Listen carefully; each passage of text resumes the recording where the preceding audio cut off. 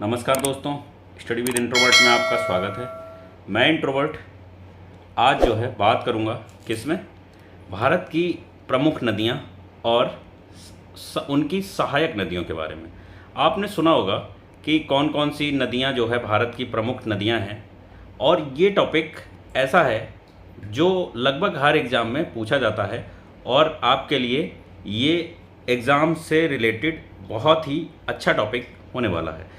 तो आप बने रहें हमारे साथ। स्मार्ट लर्निंग, क्लियर कॉन्सेप्ट और बेटर फ्यूचर के साथ हम तैयारी कराते हैं। बढ़ते हैं आगे टॉपिक में कि भारत की नदियों का महत्व क्या है। महत्व क्या है तो भारत की नदियां हैं उनका महत्व क्या है। भारत मतलब नदियां जो है वो भारत की जीवन रेखा है, जो पीने के लिए पानी, कृषि, परिवहन और बिजली उत्पादन में महत्वपूर्ण भूमिका निभाती हैं। नदियों के बिना जैसे भारत में जीवन असंभव है। ठीक है, ये क्या करती हैं कि ये जो है पीने का पानी प्रोवाइड करती हैं, कृषि के लिए सिंचाई का पानी देती हैं, परिवहन में इस्तेमाल किया जाता है, बिजली उत्पादन में महत्वपूर्ण भूमिका निभाती हैं, है ना। तो रिवर्स जो हैं, जो नदियां हैं, वो जीवन की रेखा है, मतलब भारत की जीवन रेखा है ना। अब भारत की नदी प्रणालियाँ कितने प्रकार की हैं, जो नदी प्रणालियाँ हैं, है ना, कितने प्रकार की नदियाँ हैं। तो एक है सबसे पहले हिमालयी नदियाँ, है ना, हिमालयन रिवर्स हैं। दूसरी क्या है, प्रायद्वीपीय नदियाँ, मतलब पेनिसुलर जो है वो रिवर्स हैं। तो दो प्रकार की हैं। अब बात करेंगे कि हिमालयी नदियाँ कौन सी हैं और प्रायद्वीपीय नदियाँ कौन सी हैं। तो हिमालयी नदियाँ जो हैं वो जो पूरे वर्ष भर इनमें जल बना रहता है हिमालयी नदियों में, है ना। और इनके एग्जाम्पल हैं कैसे, गंगा, यमुना, ब्रह्मपुत्र और सिंधु नदी, है ना।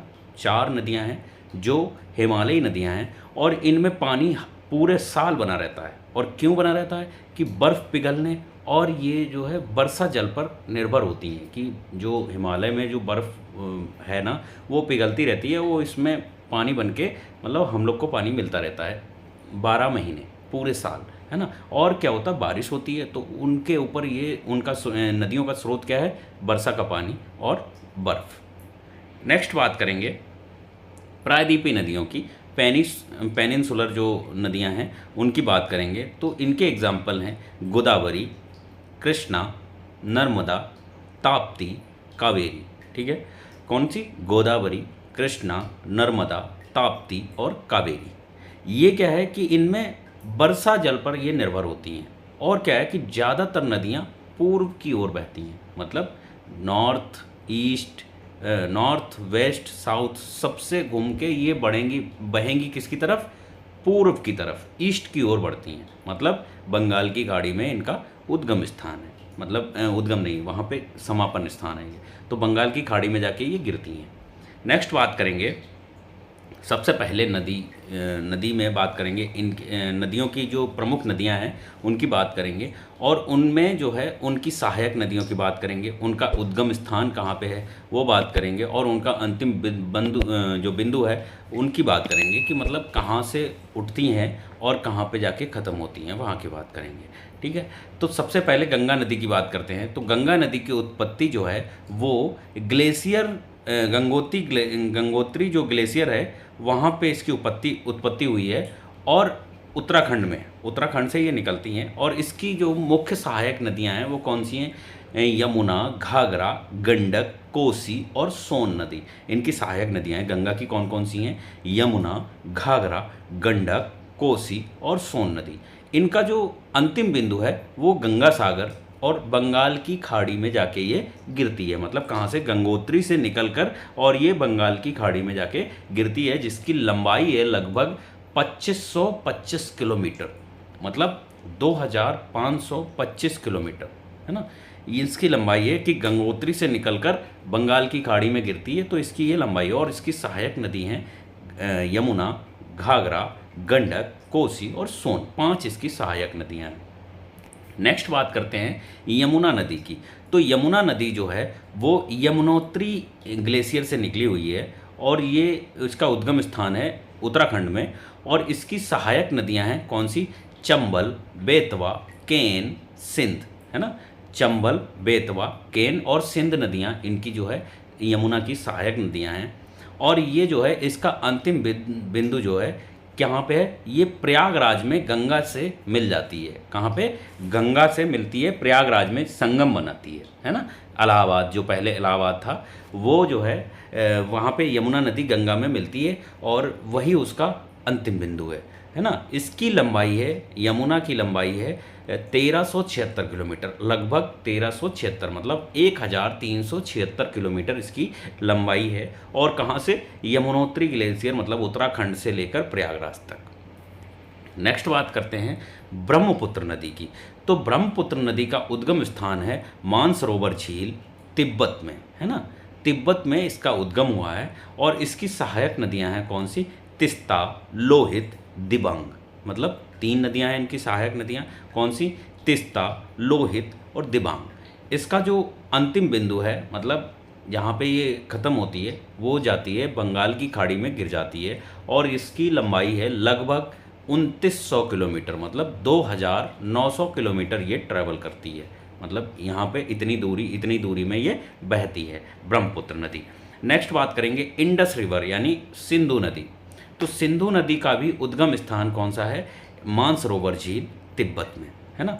और इसकी सहायक नदियां हैं वो कौन सी हैं? झेलम, चिनाब, रावी, ब्यास और सतलज। कौन कौन सी? झेलम, चिनाब, रावी, ब्यास और सतलज नदी इसकी सहायक नदियां हैं इंडस रिवर की। और इसका जो अंतिम बिंदु है, अंतिम बिंदु कहाँ पे है? अरब सागर में जाके ये गिरती है। और यहाँ से मतलब मानसरोवर झील से लेकर अरब सागर में जाके ये ख़त्म होती है। तो ये लगभग जो है 3180, मतलब 3180 किलोमीटर की डिस्टेंस में ये बहती है। नेक्स्ट बात करते हैं गोदावरी रिवर। तो गोदावरी रिवर जो है वो त्रयंबकेश्वर, है ना, महाराष्ट्र में इसका उद्गम स्थान है, वहाँ से ये निकलती है। इसकी सहायक नदियाँ हैं इंद्रावती, मजीरा, प्राणहिता, है ना। कौन सी? इंद्रावती, मजीरा और प्राणहिता जो है ये इसकी सहायक नदियाँ हैं। और ये जो है बंगाल की खाड़ी में आके गिरती है। इसको दक्षिण गंगा के नाम से भी जाना जाता है। गोदावरी नदी को दक्षिण गंगा के नाम से भी जाना जाता है। और इसकी जो लंबाई है वो लगभग जो है 1465 किलोमीटर है। मतलब त्रयंबकेश्वर महाराष्ट्र से बंगाल की खाड़ी में जाके ख़त्म होती है, तो वहाँ से इसकी जो डिस्टेंस है टोटल वो है 1465, मतलब 1465 किलोमीटर में ये बहती है। नेक्स्ट बात करते हैं कृष्णा नदी की। तो कृष्णा नदी का जो उद्गम स्थान है वो महाबलेश्वर, महाराष्ट्र से ये निकलती है। और इसकी सहायक नदियां हैं, है ना, ट्रिब्यूटरीज जो हैं वो कौन कौन सी हैं? वो हैं भीमा, तुंगभद्रा, मालाप्रभा, मतलब 3 सहायक नदियां हैं इसकी कृष्णा नदी की। और ये जो है बंगाल की खाड़ी में गिरती है। इसकी जो लेंथ है, लंबाई है, वो लगभग जो है 1400 किलोमीटर, 1400 किलोमीटर की डिस्टेंस में ये बहती है। नेक्स्ट बात करेंगे नर्मदा रिवर की। तो नर्मदा नदी जो है वो अमरकंटक मध्य प्रदेश से निकलती है। और इसकी सहायक नदियां कौन सी हैं? बंजर, हिरन। इसमें जो है नर्मदा में बंजर नदी और हिरन नदी ये दोनों मिल जाती हैं। और इसका जो अंतिम बिंदु है वो है अरब सागर में ये जाके ये गिरती है। और ये एक इकलौती ऐसी नदी है जो पश्चिम दिशा में बहती है, मतलब पश्चिम दिशा में बहती है। मध्य प्रदेश से निकल के ये जो है अरब सागर में जाके गिरती है। तो ये वेस्ट साइड, मतलब गुजरात की तरफ जाके गिरती है। और क्या है कि इसकी लंबाई है लगभग 1312 किलोमीटर, 1312 किलोमीटर, मतलब 1312 किलोमीटर में ये बहती है। नेक्स्ट बात करते हैं ताप्ती नदी। तो ताप्ती नदी जो है वो कहाँ, उसका जो है उद्गम स्थान कहाँ पे है?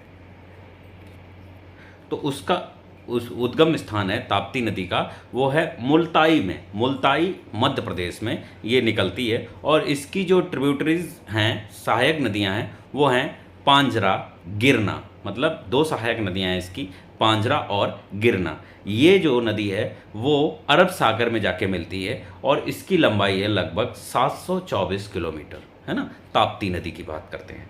नेक्स्ट बात करेंगे हम महानदी रिवर की। तो महानदी जो है वो सिहावा से निकलती है, सिहावा यानी छत्तीसगढ़ से निकलती है और इसकी सहायक नदियां हैं शिवनाथ और जोंक।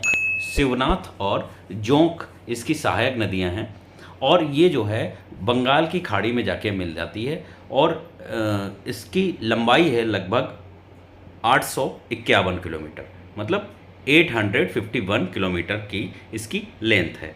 नेक्स्ट बात करेंगे कावेरी नदी की। कावेरी नदी जो है वो ताल कावेरी कर्नाटक से निकलती है। इसका ओरिजिन है ताल कावेरी यानी कर्नाटक में, है ना। और इसकी जो सहायक नदियां हैं, ट्रिब्यूटरीज हैं, वो कौन सी हैं? हेमवती और भवानी। मतलब इसमें दो नदियां मिलती हैं और ये दोनों सहायक नदी कौन कौन सी हैं? हेमवती और भवानी। ये जो नदी है वो बंगाल की खाड़ी में जाके गिरती है और इसकी लेंथ है लगभग 800 किलोमीटर, मतलब 800 किलोमीटर की इसकी लंबाई है। नेक्स्ट बात करेंगे ईस्ट फ्लोइंग रिवर्स, यानी पूर्व दिशा में बहने वाली नदियां कौन सी हैं। अगर आपसे एग्जाम में पूछा जाता है कि पूर्व दिशा में बहने वाली नदियों के नाम बता सकते हैं और कुछ ऑप्शंस दिए जाते हैं, तो अगर आपको ये पता होगा कि पूर्व दिशा में कौन कौन सी नदियां बहती हैं तो आप फटाक से उसका आंसर दे सकते हैं। तो कौन सी हैं? तो गंगा, यमुना, गोदावरी, कावेरी और महानदी। ये सारी पांच जो 6 नदियां हैं वो जो है ईस्ट साइड में बहती हैं, मतलब पूर्व दिशा में बहती हैं। एंड कौन कौन सी? गंगा, यमुना, गोदावरी, कृष्णा, कावेरी और महानदी। नेक्स्ट बात करेंगे कि वेस्ट साइड मतलब पश्चिम साइड में बहने वाली नदी। तो पश्चिम साइड में बहने वाली जो पश्चिम दिशा में बहने वाली नदियां हैं वो कौन सी हैं? नर्मदा, ताप्ती और माही, है ना। नर्मदा, ताप्ती और माही नदी हैं जो कि पश्चिम दिशा में बहती हैं, है ना। और ये जो है आपके लिए बहुत ही इंपॉर्टेंट टॉपिक है। उम्मीद करते हैं आपको वीडियो अच्छा लग रहा होगा, ठीक है। अब कुछ जो इंटरेस्टिंग फैक्ट हैं, इम्पोर्टेंट जो तथ्य हैं उनके बारे में बात कर लेते हैं, जो कि मतलब एग्ज़ाम पॉइंट ऑफ व्यू से बहुत ही महत्वपूर्ण है। तो बात करेंगे तो भारत की सबसे लंबी जो नदी है वो है गंगा नदी, है ना। भारत की जैसे मतलब और नदी है इसकी लंबाई 3100 है कुछ, लेकिन वो भारत में नहीं है। इसका क्या है, गंगा का उद्गम स्थान भी मतलब कहाँ से निकलती है और कहाँ पे गिरती है, तो ये पूरा ट्रैवल करती है कहाँ पे? भारत में। तो इसका उद्गम स्थान भी भारत में और जो एंड पॉइंट है वो भी भारत में ही है। तो इस वजह से ये भारत की जो सबसे लंबी नदी है वो है गंगा। और भारत की सबसे बड़ी जो प्रायद्वीपीय नदी है वो कौन सी है? वो है गोदावरी। सबसे बड़ी जो प्रायद्वीपीय पेनिनसुलर जो नदी है वो है कौन सी? गोदावरी। और भारत की सबसे स्वच्छ नदी अगर पूछा जाता है आपसे एग्जाम में, तो भारत की सबसे स्वच्छ नदी कौन सी है? वो है चंबल, ठीक है। वीडियो में आज के लिए बस इतना ही। मिलते हैं एक नए टॉपिक पे, ऐसे ही बात करेंगे आपसे, इंटरेस्टिंग फैक्ट लेके आएंगे जो कि एग्ज़ाम पॉइंट ऑफ व्यू से बहुत ही इम्पोर्टेंट होगा और आपके लिए बहुत कुछ सीखने को मिलेगा। तो बने रहिएगा, हमारे साथ जुड़े रहिएगा, है ना। स्टडी विद इंट्रोवर्ट, और इस चैनल को लाइक करें, शेयर करें, सब्सक्राइब करें और सपोर्ट करें और हमारे साथ जुड़े रहें। ऐसे ही वीडियो आपको जल्दी ही देखने को मिलेंगे, ठीक है। Thanks for watching, thank you.